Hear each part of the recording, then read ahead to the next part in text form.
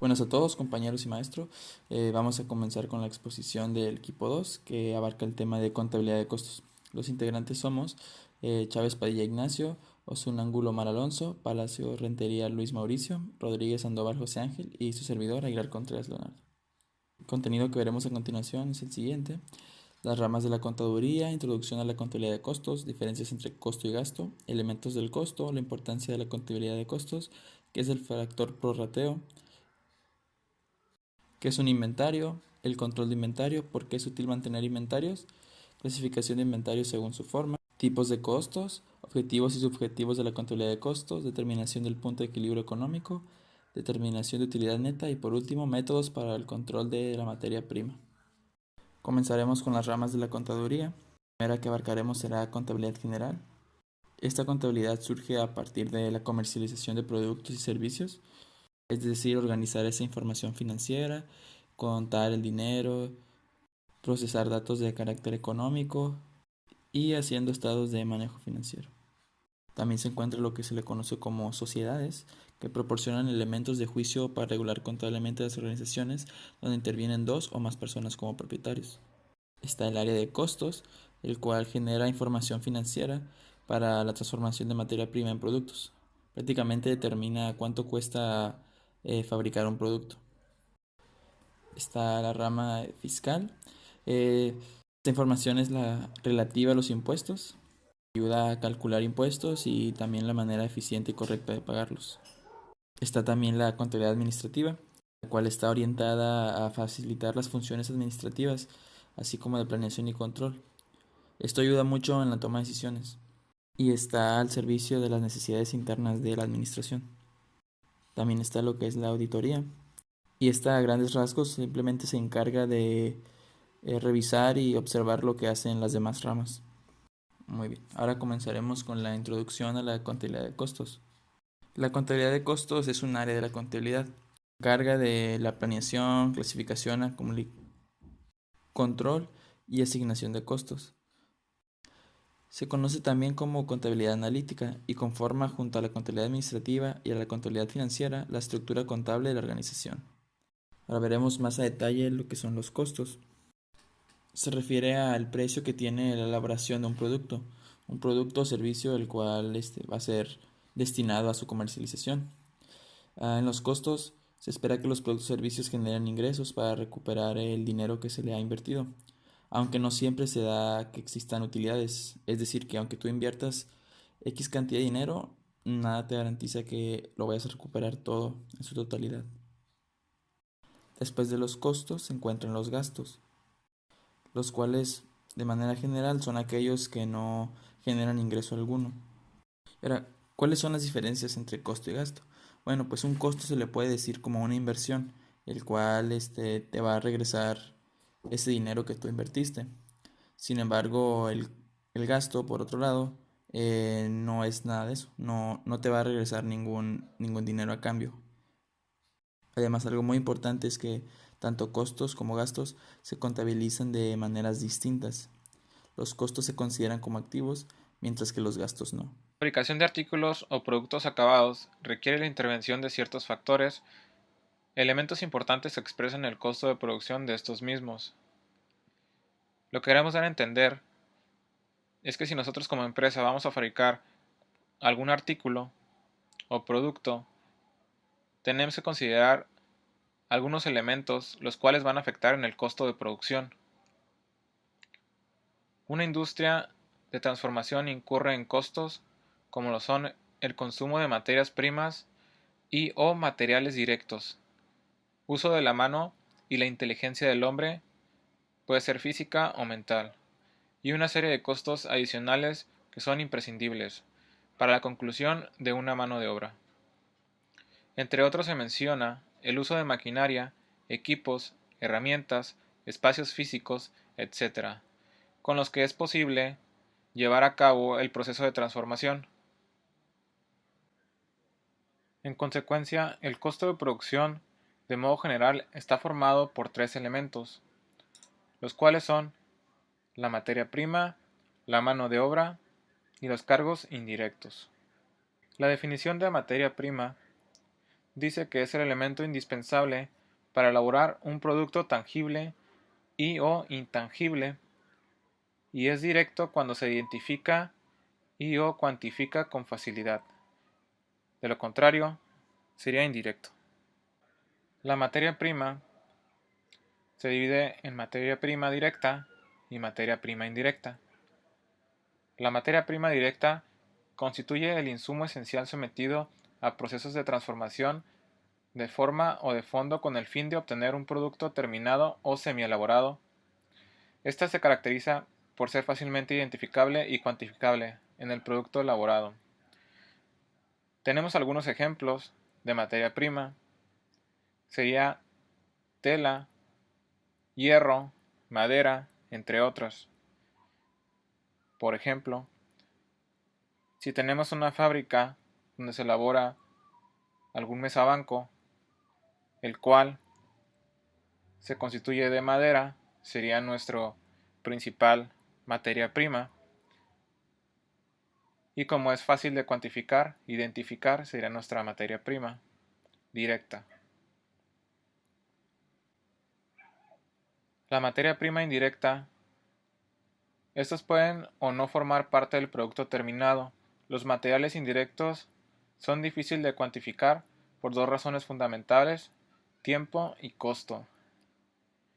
Algún otro ejemplo podría ser si tenemos una fábrica de camisetas, las cuales manejamos la tela, que sería nuestra materia prima directa, pero también necesitamos de hilos para poder formar nuestro producto terminado. Este constaría de nuestra materia prima indirecta. La mano de obra. Este es el esfuerzo humano necesario para transformar la materia prima en producto. Puede ser físico o mental. Este esfuerzo humano debe ser efectivo. Por ello requiere que sea remunerado o pagado. Esto lo podemos identificar en varios puntos. El trabajo es un factor de producción, es escaso y por ello tiene un precio dentro del mercado. La mano de obra o las personas son las que trabajan o aportan un esfuerzo al proceso de producción. Por ello son las que reciben el pago de la remuneración del trabajo. El pago o remuneración es el factor de producción de trabajo. Se denomina salario. El salario es la cantidad de dinero que recibe la mano de obra por elaborar dentro de una empresa. Podemos hacer un énfasis en la mano de obra, que puede ser física o mental, ya que si nos damos ejemplos en la vida laboral, puede ser que una persona que se dedique a la construcción de edificios fácilmente puedas identificar que el valor de su trabajo es el saber operar cierta maquinaria para la construcción de dichos edificios. Sin embargo, una persona que se dedica a la programación o tiene alguna otra cualidad en la cual no se identifique fácilmente, su trabajo es donde entra la categoría mental. Como ya se mencionó, tenemos dos tipos de mano de obra, la directa y la indirecta. La directa son todos los trabajadores que directamente realizan la transformación de insumos y materias primas para convertirlas en bienes y servicios. Podemos considerar que aunque fuera una empresa casi completamente mecanizada, sin la mano de obra directa no se podría dar el proceso transformativo de la producción. Son factores que tenemos que tener en cuenta. La mano de obra indirecta son todos los trabajadores que dan apoyo o realizan tareas de dirección en la actividad productiva. Estas personas no participan directamente en el proceso de producción de bienes y servicios. Sus tareas podrían ser administrativas, directivas y gestión comercial. Es la mano de obra que se desempeña cargos directivos ejecutivos dentro de la organización empresarial. La mano de obra, contamos con la mano de obra cualificada y la mano de obra no cualificada. La mano de obra cualificada es la mano de obra que posee ciertas habilidades de tipo profesional o técnico, que son requisitos indispensables para realizar su tarea dentro del proceso productivo. Estos trabajadores realizan tareas muy especializadas, por lo que es ineludible que posean ciertos años de educación formal, plenamente certificados para desempeñarse en los puestos que se le han asignado.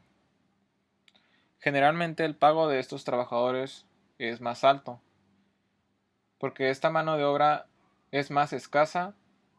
Sin embargo, por sus conocimientos y habilidades pueden aportar mejoras e innovaciones al proceso de producción, y esto puede representar una ventaja comparativa para la empresa. Otra característica que podríamos considerar sobre la mano de obra cualificada sería que generalmente los trabajadores tienen mayor peso en la empresa, por lo que alguna toma de decisión tendría mayor peso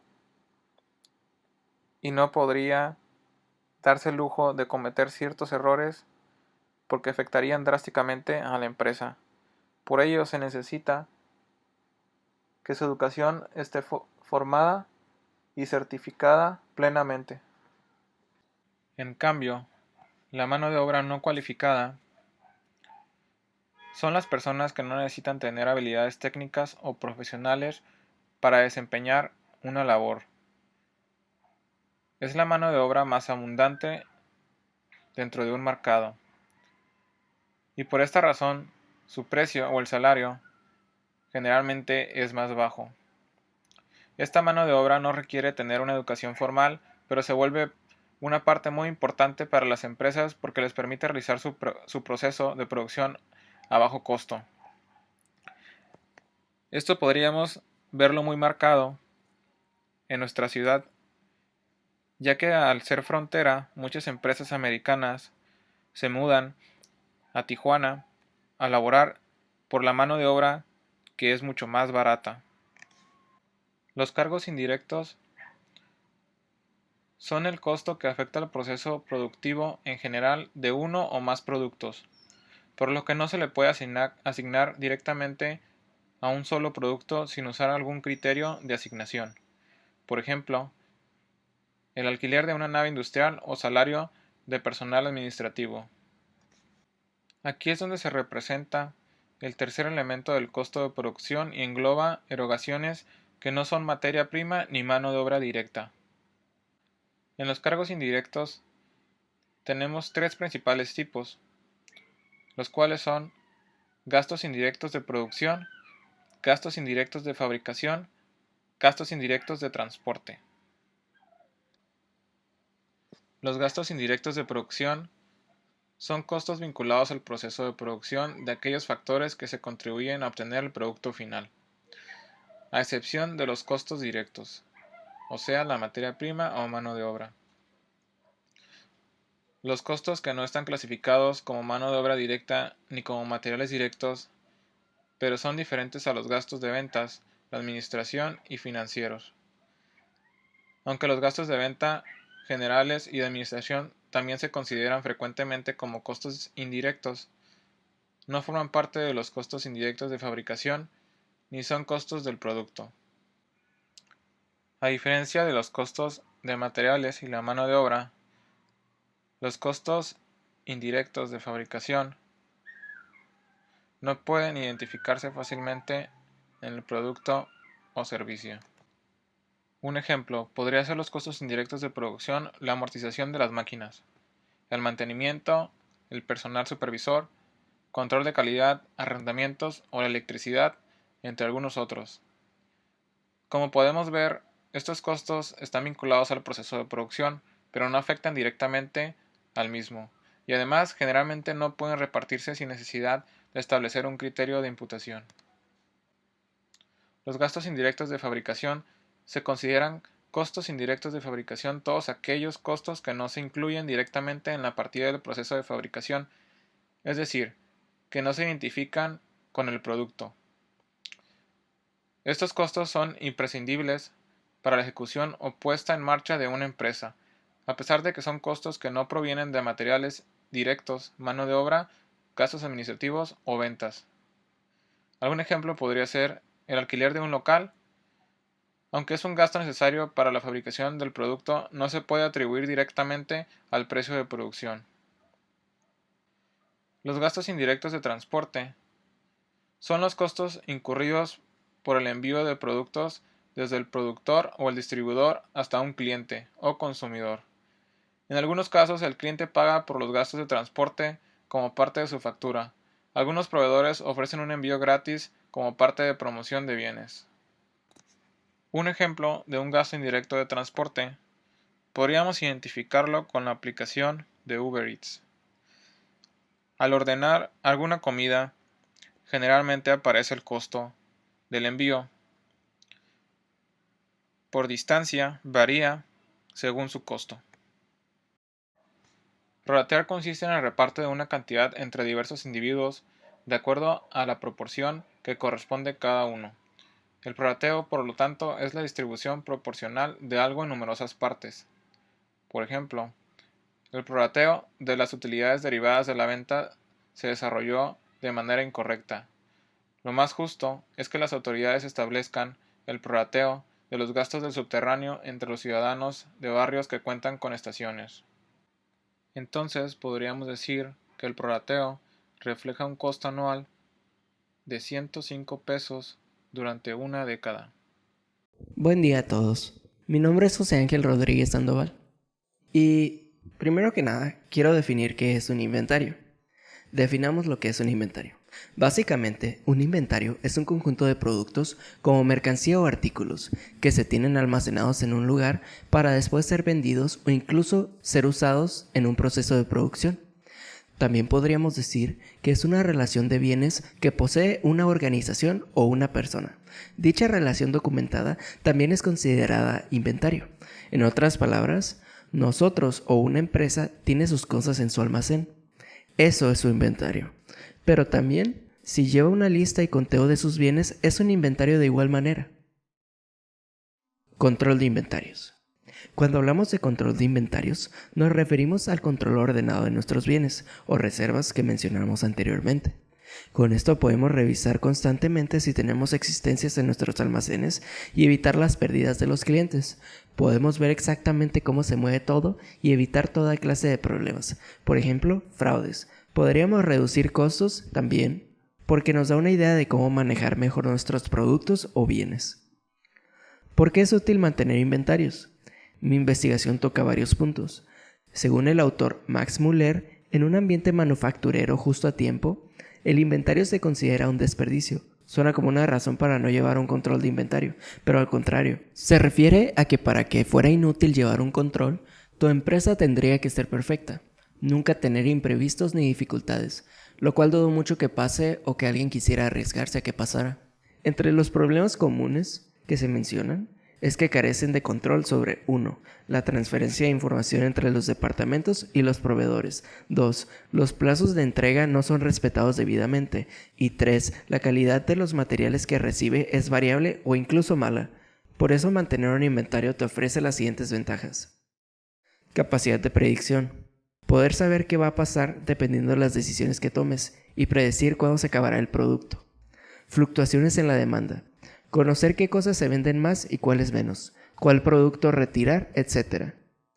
Inestabilidad del suministro. Ofrece una perspectiva de la confiabilidad de los proveedores o cuando escasea un artículo y es difícil asegurar una provisión constante. Protección de precios.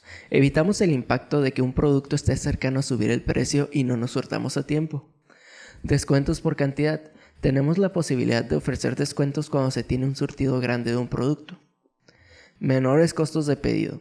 Si se compra una cantidad mayor de un artículo, pero con menor frecuencia, los costos de pedido son menores que si se compra en pequeñas cantidades una y otra vez. Clasificación de inventarios según su forma. Inventario de materias primas. Son inventarios con los materiales que se trabajarán en el proceso de producción para hacer el producto. Con este inventario podemos saber qué tanto se usa y qué tal se maneja para administrar las adquisiciones. Inventario de productos en procesos de fabricación. Lo integran todos aquellos bienes adquiridos por las empresas manufactureras o industriales, los cuales se encuentran en proceso de manufactura. Se cuentan dependiendo de la cantidad de materiales, mano de obra y gastos de fabricación. Inventario de productos terminados. Después de que se termina el proceso de fabricación, tenemos el producto terminado y existencia física en un almacén. Su nivel estará dado por la demanda. Costos. Para refrescar el tema que se mencionó anteriormente, costos, hablemos de los autores Barfield, Rayburn y Kenny, quienes en su libro Contabilidad de costos, tradiciones e innovaciones, nos dicen que, como muchas otras palabras, el término costo puede definirse de una manera más específica antes de que pudiera determinarse el costo. Así que, por lo general, se usa un adjetivo para especificar el tipo de costo que se está considerando. Se usan distintas definiciones del término costo en diferentes situaciones y para propósitos distintos, algo que será notable en la siguiente diapositiva, que podemos hablar de costos, pero son tantos que realmente es el tipo de costo el que define qué es el costo del que hablamos. Aquí vienen los tipos de costos más comunes.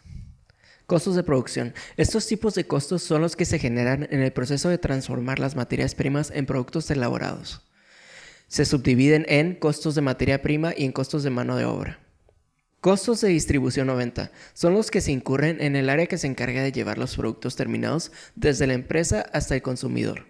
Costos de administración son los que se originan en el área administrativa, o sea, los relacionados con la dirección y manejo de las operaciones generales de la empresa.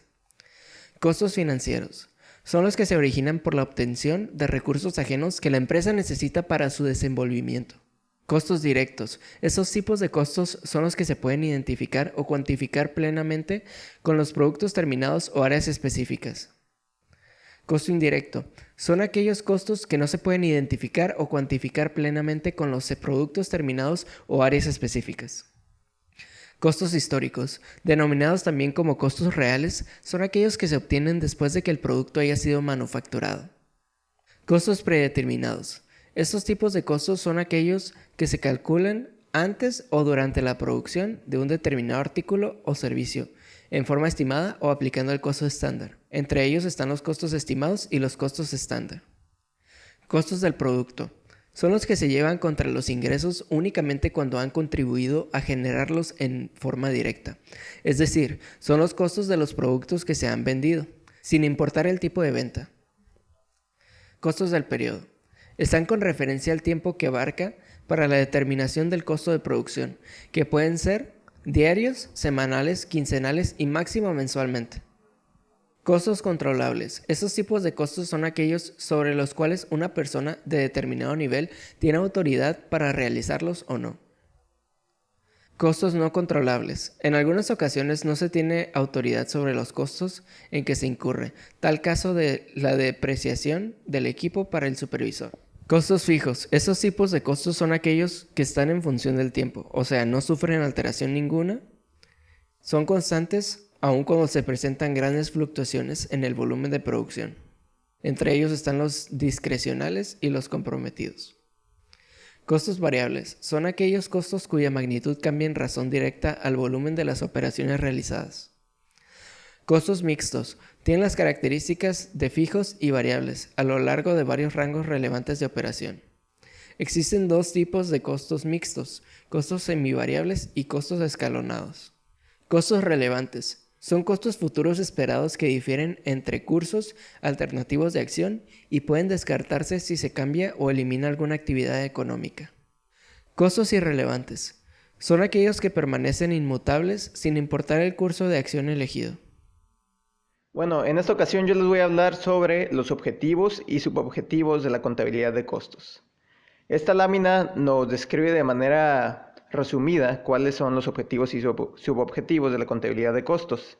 Y básicamente los objetivos que persigue la contabilidad de costos se pueden resumir en el control de las operaciones y de los costos, tener información amplia, veraz, oportuna y confiable de los costos, y el más importante, que es la determinación correcta del costo unitario de producción, que es el CUP, y que de este se pueden derivar pues una serie de subobjetivos, de los cuales está la determinación del precio de venta, evaluación de productos semiterminados y terminados, la obtención del punto de equilibrio económico, que este también es muy importante, la determinación del costo de producción de lo vendido, pues el fijar normas o políticas de operación o explotación, y por último servir de indicativos para nosotros poder planear y tomar decisiones estratégicas, pues al igual que controlar nuestros presupuestos de la empresa. Ok, entonces, pues con esto nosotros podemos decir que el principal objetivo de los costos es la determinación correcta del costo unitario, lo cual trae consigo la información amplia y oportuna, así como el control de las operaciones y de los gastos. Igualmente, pues una vez determinando el costo unitario y correcto, se pueden fijar precios de venta, aunque sujetos a la oferta y la demanda, por supuesto. Ok, entonces, una vez determinado el costo unitario correcto, se pueden tomar decisiones sobre fabricar o comprar para fijar normas o políticas de explotación y operaciones, como pueden ser la determinación del punto de equilibrio económico, como ya se comentó, el aprovechamiento de capacidad productiva por tipo de artículos o líneas, o bien dejar de producir algunos productos si vemos que estamos teniendo más pérdidas que utilidades, decidir sobre cerrar o seguir operando, sobre expansión o contracción de la empresa, y decidir si determinadas piezas es preferible que nosotros las compremos o que las fabriquemos. Por ejemplo, en el caso de que hagamos nosotros, no sé, tazas y veamos que ocupamos cierto material para la envoltura o para decoración y vemos que nos sale más rentable nosotros fabricarlas, pues ahí también tenemos que ver eso. Ok, ahora entonces vamos a hablar del punto de equilibrio económico que ya lo mencioné anteriormente. Básicamente, en términos de contabilidad de costos, es aquel punto de actividad, volumen de ventas, donde los ingresos totales son iguales a los costos totales. Esto quiere decir que el punto donde no hay ni utilidad ni pérdida.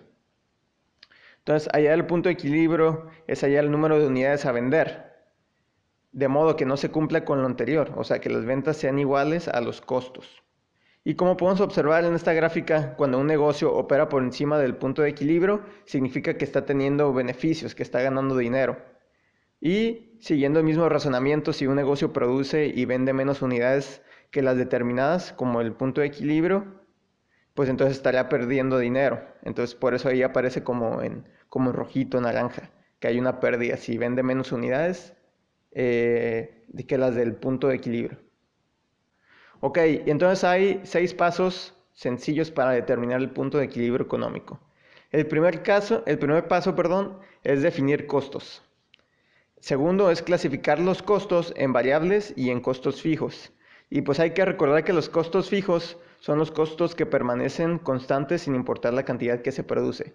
Por ejemplo, el pago de la renta, el personal de vigilancia, energía eléctrica, gas, o sea, todo el internet, sin importar cuántas tazas producimos al mes, pues el internet lo vamos a pagar, o sea, de la misma forma, ¿no? Al igual que la renta, ¿no? Y pues también el tercer paso es hallar el costo variable unitario, que es el CUP, también conocido como costo unitario de producción, o como costo unitario de producción. Y el cuarto paso es aplicar la fórmula del punto de equilibrio, que está dada por el costo fijo entre el precio menos el costo variable. Que a esto de precio menos costo variable también se le conoce como margen de contribución. El quinto paso es comprobar los resultados. Entonces, comprobar los resultados es ver si es cierto que al momento de evaluar esto en el número de ventas multiplicado por, que es el número de ventas a hacer, es el punto de equilibrio multiplicado por el costo, y también tenemos que considerar el punto de equilibrio, el número de productos a vender, multiplicado por el precio al público, ¿no? Entonces, por último, pues se analiza el punto de equilibrio. Aquí vamos a ver un ejemplo, ¿no? Una empresa dedicada a la comercialización de camisas vende camisas a un precio de $40 o 40 dólares. El costo de producción de cada camisa es de 24. Se paga una comisión de ventas por 2 y sus gastos fijos, alquiler, servicios, etcétera, ascienden a 3,500. ¿Cuál es el punto de equilibrio en unidades de venta? Primero tenemos los datos del precio, que es 40, que es lo que le vamos a vender al público. El CUP es de 26 porque debemos tomar en cuenta los $2 de comisión, pero en realidad pues nos costó 24 producirlo y si le sumamos eso pues es 26. Y el costo fijo que son 3.500 del alquiler, de los servicios y demás. Entonces la fórmula es muy sencilla, ¿no? Sustituimos 3.500 que es el costo fijo en el numerador y en el denominador 40 que es el precio y 26 es el CUP. Esto nos da que necesitaríamos vender por lo menos 250 camisas para que las ventas sean iguales a los costos. Entonces, por lo tanto, a partir de la venta de 251 camisas, estaríamos empezando a obtener utilidades. Pocas, pero utilidades. Como vimos, es muy importante nosotros, en nuestra empresa, saber cuál es nuestro punto de equilibrio para que, sin importar el número de ventas, ya sea que sean mayores. Diapositiva número 31, determinación de utilidad neta. Ok, como ya vimos, es muy importante que nuestra empresa o que una empresa sepa cuál es su punto de equilibrio, ya que este nos indica el número de ventas que tenemos que realizar de productos para que nos mantengamos en equilibrio, sin pérdidas ni ganancias.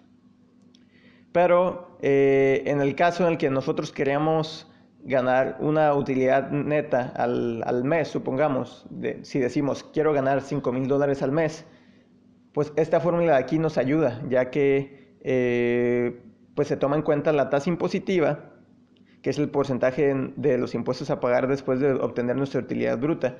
Es decir, de que ya a la utilidad bruta se le descuenta la tasa impositiva y esta fórmula nos permite obtener pues el número de productos que necesitamos vender para que se ajuste con la utilidad que nosotros queremos, la utilidad neta. Entonces está dada por el costo fijo más pues la utilidad que deseamos tener después de pagar impuestos en el numerador y en el denominador 1 menos la tasa impositiva. La suma de todo eso lo dividimos entre el margen de contribución, que básicamente es el precio menos el costo variable, que ya lo vimos, o el CUP también se le conoce. El margen de contribución pues es la cantidad de dinero que se gana por cada unidad vendida y se calcula como la diferencia pues, entre el precio menos el costo variable. Ok, retomando el ejercicio anterior de la compañía que se dedica a comercialización de camisas, obtener el número de camisas que se necesitan vender para tener la utilidad bruta de $4,000. Tomar en cuenta que se tendrá que pagar 35% de impuestos.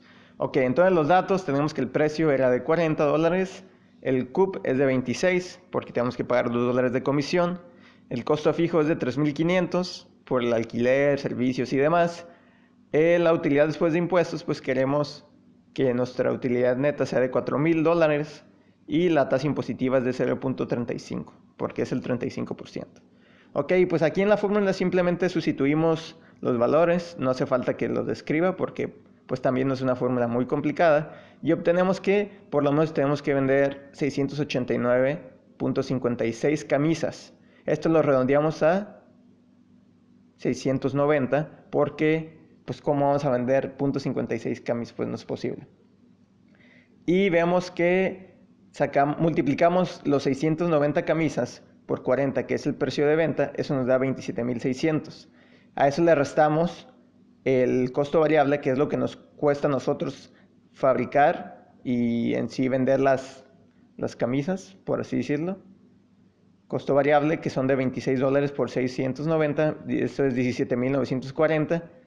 Eso nos da una utilidad bruta. Si le descontamos los 3.500, que es de nuestro costo fijo, nos da 6.160 y eso le quitamos el 35% de impuestos y nos quedamos con una utilidad neta de 4.004. Como podemos observar, aquí no nos dio 4.000 exactos porque redondeamos el .56 para que nos diera 690. Pero esto nos da un buen margen para nosotros saber cuántos productos debemos vender para obtener cierta utilidad neta. Hola, buenas tardes, mi nombre es Ignacio y ahora yo les voy a hablar acerca de los métodos de control de la materia prima. Comencemos. Bueno, Las empresas generalmente tienen grandes inversiones en materia prima, ya sea también en productos que están en proceso o en fase de ser terminados. Todos estos productos se guardan en un almacén. Dado que, como dije, que es una gran inversión para una empresa y representa una parte muy grande de su activo circulante, es necesario tener métodos para el control de estos. A grandes rasgos podemos decir que contamos con dos métodos para el control de materiales. A esto se les denomina el método completo e incompleto. La principal diferencia entre estos dos es que uno utiliza el sistema de inventarios perpetuos, mientras que el otro utiliza el sistema de inventario analítico. Más adelante analizaremos estos sistemas. Ahora pasemos al método incompleto. Se dice que tenemos un sistema de métodos incompletos cuando por la propia contabilidad no nos es posible determinar el costo unitario de un producto. Y por lo tanto, este método se limita al manejo de ciertas cuentas acumulativas. Asimismo, este método tiene ciertas características muy importantes. Entre algunas de ellas, y principalmente, encontramos que adopta el sistema analítico. También vemos que no es factible determinar el costo de lo vendido, por lo cual necesitamos hacer un reencuentro físico para conocer el inventario final. Este sistema no lleva un control de las unidades, no hay tarjetas de control de inventarios y no hay un método de evaluación. También vemos que no es posible descubrir fugas, es decir, robos o pérdidas. Y tampoco es factible determinar el costo del unitario. Como bien en alguno de los puntos mencionaba que no es posible determinar el costo de lo vendido, esto es dado a que no hay un control en el almacén o en bodega, es decir, no sabemos qué está entrando y qué está saliendo, por lo cual este método es propenso a pérdidas. Por ejemplo, digamos que yo tengo un almacén de papel higiénico y alguien me dice que sacó 3 unidades, pero dado que no hay un registro, en realidad esta persona pudo haberse llevado 5 unidades.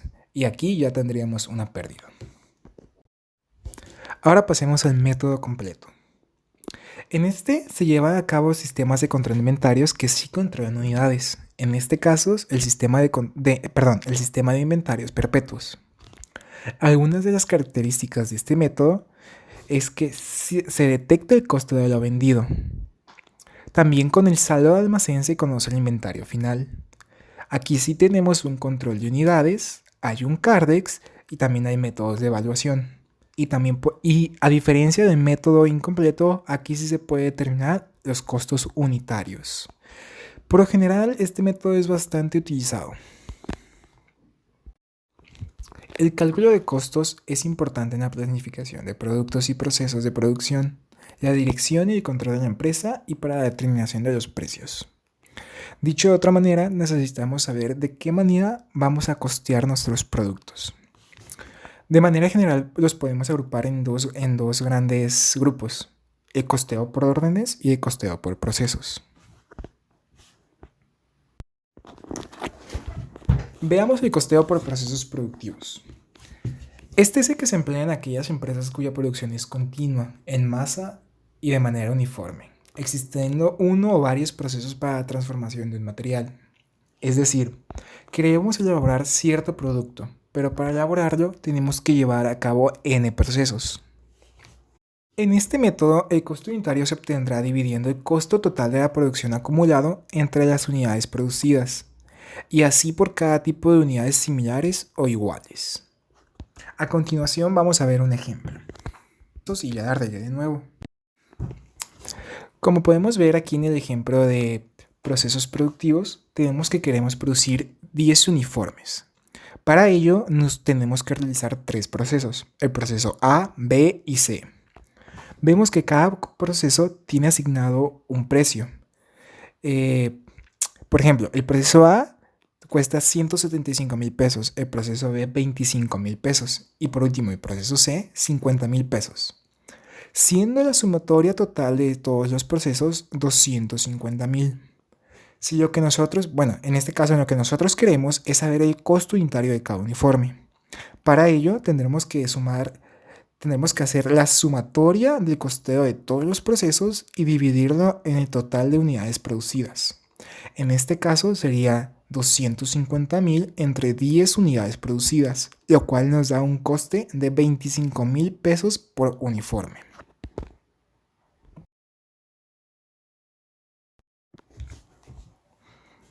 Ahora veamos el costeo por procesos de operaciones.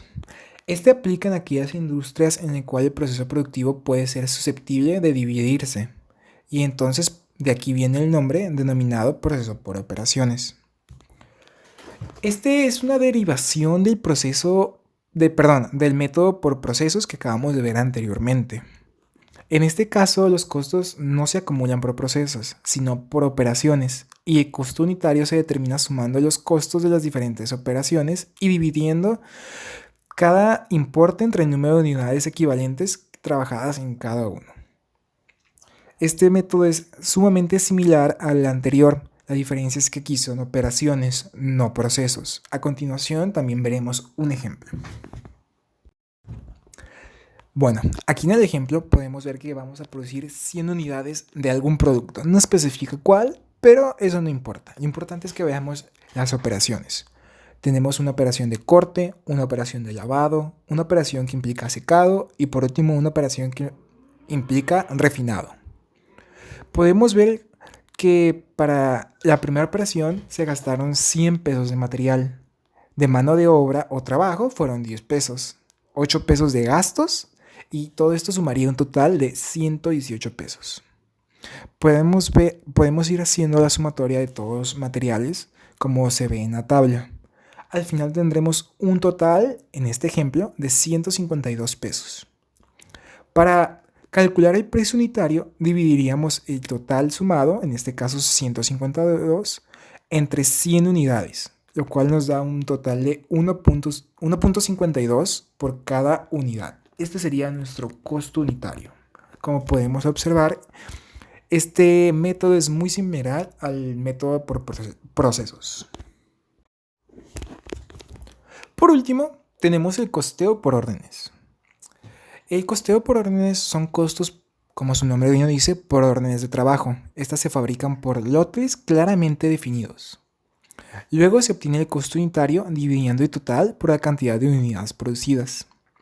En este sistema necesitamos una orden numerada de productos que se van a producir y se van acumulando de la mano de obra directa, los gastos indirectos y los materiales usados.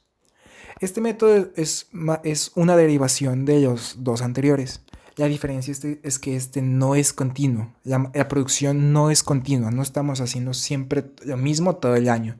Este va por órdenes, como bien su nombre lo dice. Llega X cliente y nos pide que fabriquemos X producto y que de ese producto fabriquemos X unidades. Un ejemplo puede ser el papel de baño. Viene un cliente y me pide que le haga 5.000 unidades de papel de baño y las cuales yo tengo que entregar para el fin de mes. Este sería un ejemplo de costeo por órdenes. Hemos llegado a la conclusión de este tema. Y dice así: tener implementada una contabilidad de costos trae consigo para su realización un control adecuado de operaciones efectuadas, lo cual se puede ver reflejado en mejoras, un aumento de eficiencia y lo cual obviamente se traduce en una reducción de costos, tanto en costos de producción, de distribución, administrativos y financieros. Asimismo, también es importante tener una contabilidad de costos, dado que podemos ver lo que está pasando en el almacén. Podemos tener un control más adecuado de las unidades y detectar posibles robos o pérdidas. Gracias compañeros por su atención. Esto ha sido el tema por parte del equipo 2. Por favor, háganos saber todas sus dudas y comentarios a través del foro donde vamos a publicar este video. Nos vemos. Saludos.